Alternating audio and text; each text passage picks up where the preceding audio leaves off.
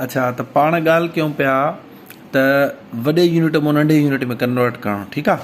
हाणे पहिरीं ॻाल्हि त असांखे ज़हन में रखिणो पवंदो त किलोमीटर जेको आहे सो वॾो यूनिट आहे ऐं मीटर जेको आहे सो उन खां छा आहे नंढो यूनिट आहे, ठीकु आहे। वरी अहिड़े तरीक़े सां मीटर खां नंढो यूनिट छा आहे सेंटीमीटर, वरी सेंटीमीटर खां नंढो यूनिट छा आहे मिलीमीटर, ठीकु आहे। हाणे हिकु त असांखे इहो ज़हन में रखिणो आहे।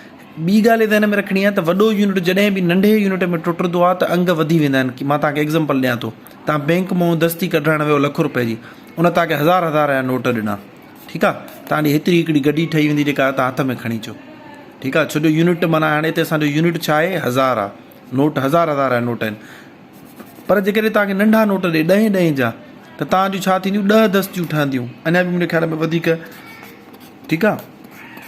10 जूं जेकॾहिं दस्तियूं ॾींदो तव्हांजूं 10 बंडल ठहंदा। पर इमेजिन कयो अञा जेकॾहिं रुपए जी सूरत में तव्हांखे ॾे ₹1,00,000 त तव्हां ईअं सम्झो त भरिजी वेंदी।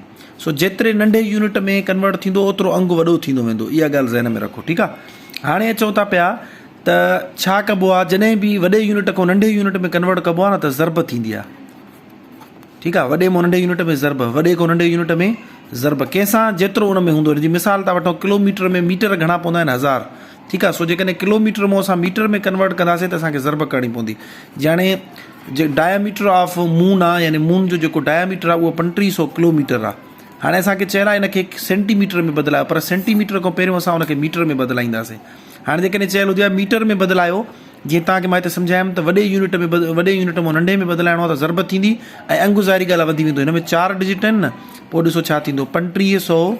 हाणे ज़रबिया छा कंदासीं, छो जो मीटर में बदिलाइणो आहे न 1000, छो जो किलोमीटर में घणा मीटर पवंदा आहिनि 1000 मीटर पवंदा आहिनि। सो असां 1000 सां ज़रब कंदासीं, ठीकु आहे। सो तव्हांखे ख़बर आहे छा थी वेंदो आहे, हे 35 साॻा अची वेंदा ऐं 2 0 हितों वारा ऐं 3 0 हितों वारा। सो टोटल कटे सटे 5 0 अची वेंदा। त हाणे ॾिसो हे थी वियो 35 लख।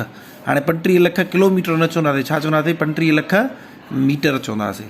तव्हां ॾिसी सघो था पिया त अंगु जेको आहे वॾो थी वियो। हिते जेको मिसाल ॾिनोमांव त लख जी दस्ती जेकॾहिं हज़ार नोट हुजे त घटि नोट अचनि, 10 रुपयनि जी जेकॾहिं ॾींदो त वधीक ईंदा, जेकॾहिं रुपए में ॾींदो त अञा वधीक भरिजी वेंदा। सो हाणे हिते ॾिसो वॾे यूनिट में हुयो त अंग नंढा हुया, 4 अंग हुया।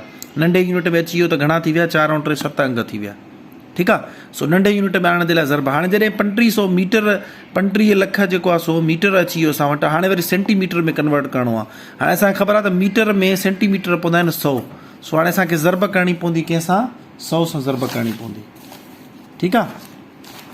35 हिनखे 35000000, ठीकु आहे। हाणे हिनखे ज़रब कंहिंसां कंदासीं 100 सां, छाजे करे जो मीटर में सेंटीमीटर 100 पवंदा आहिनि ऐं वॾे यूनिट मां नंढे यूनिट में कन्वर्ट करण जे लाइ ज़रब करणी पवंदी आहे।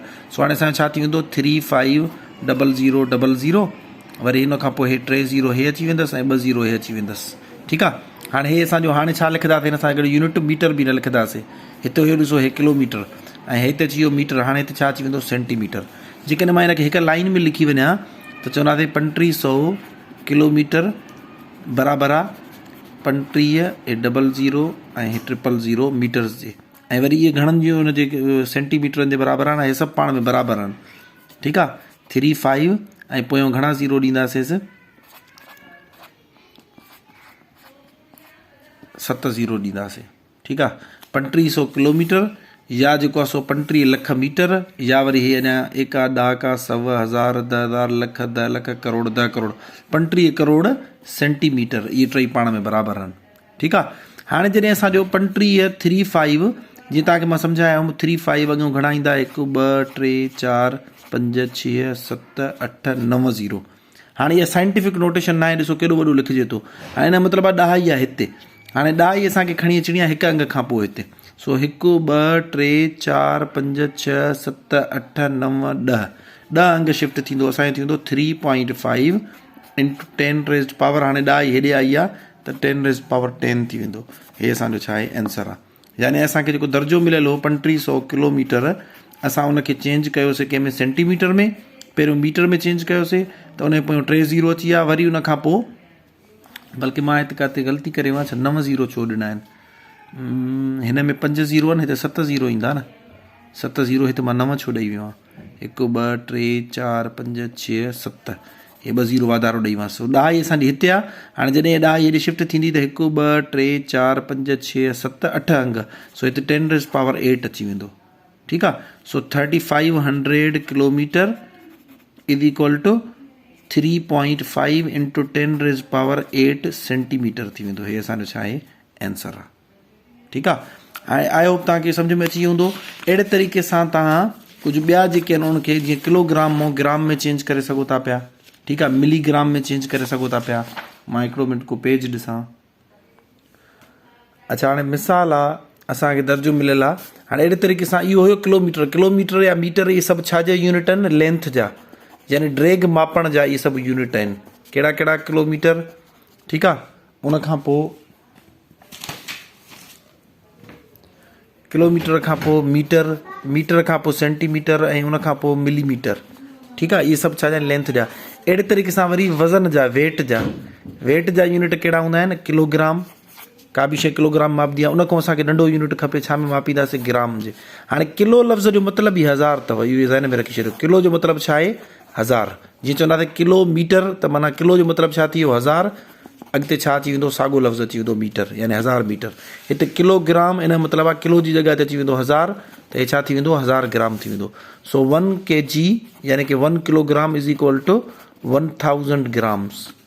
ठीकु आहे।